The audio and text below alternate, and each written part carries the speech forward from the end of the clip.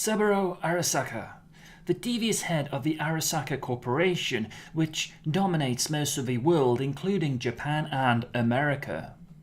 Saburo has united factions of the Japanese government, the military, organized crime and various smaller corporations under his control. Saburo Arasaka has become so powerful, many call this era in cyberpunk history the Arasaka Shogunate.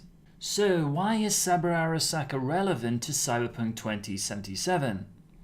During the character creation screen from the recent gameplay demo, Saburo Arasaka is an option for this childhood hero. Perhaps not having the dynamic street cred as a Johnny Silverhand or Morgan Blackhand, Saburo Arasaka nonetheless is one of the most powerful individuals in Cyberpunk 2020, and an interesting choice for CDPR to include as a genuine contrast to a mercenary solo and famous rocker boy. Saburo's story begins in 1942, where Lieutenant Arasaka, a 23-year-old scion of a wealthy family and descended from a samurai lineage, was engaged in battle against the American Air Force near Rabaul Island. Rabaul Island is a reference to the Battle of Rabaul, fought on the island of New Britain in the Australian territory of New Guinea during the Second World War. Saburo was a respected pilot with over 20 confirmed kills to his name. During a skirmish with American F-4F Wildcat fighters, Saburo momentarily passed through an enemy's line of fire while making evasive maneuvers. Bullets smashed through the canopy of his plane, crippling his left arm and blinding his left eye. Despite critical injuries and encroaching upon unconsciousness, he managed to land his plane without crashing. Saburo would later find himself hospitalized in Tokyo, being informed that he was now permanently blind in his left eye and his left arm was useless.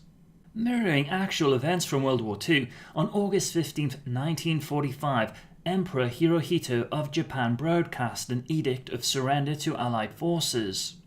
This devastated Saburo Arasaka to such an extent he attempted seppuku, also known as suicide.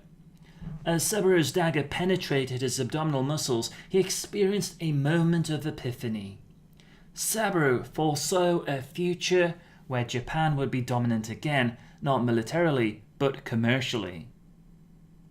Saburo began fervently studying politics, philosophy and economics that continued until his father's death in 1960.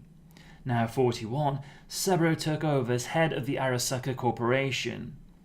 Still a small organization establishing itself in international commerce.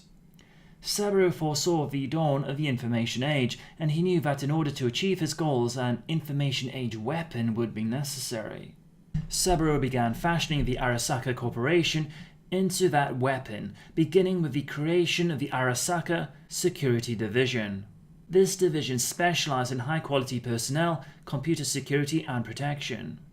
Arasaka Security quickly developed a reputation as being one of the best in the world in its area of expertise, with its intrusion countermeasures being adopted by many other corporations and governments. The opportune moment for Saburo Arasaka arrived in 1994 during the global market crash and shortly afterwards the collapse of the US economy in 1996. Saburo had prognosticated financial turmoil on a global scale.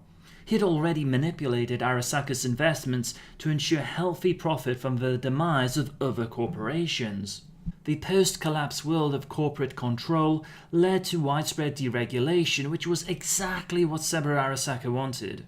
In 1997, Arasaka Security began establishing its own paramilitary forces, creating one of the world's first corporate armies. During the years 1997 to 2020, Saburo Arasaka continued to diversify and strengthen his investments, becoming one of the wealthiest men in the world. At the age of 101, Saburo was physically decrepit, but remains the genius he was in his younger years. Consequently, he has never relinquished his control over the Arasaka Corporation. Saburo was confined to a wheelchair after suffering a stroke in 2010. Doctors have informed him that his body can stand no further cybernetic or organic replacement, although the injuries to his left arm and eye have now been repaired. As a result, he seldom leaves the Arasaka family compound near Tokyo, and he never ventures outside of his beloved Japan. He makes occasional trips to the Tokyo headquarters and to the research facility in northern Honshu, but most of the time when he participates in board meetings, he does so via two-way holographic projection, or in a brain-dance universe where he appears as a feudal Japanese lord. He intends to have his personality downloaded to an artificial intelligence at the moment of his death.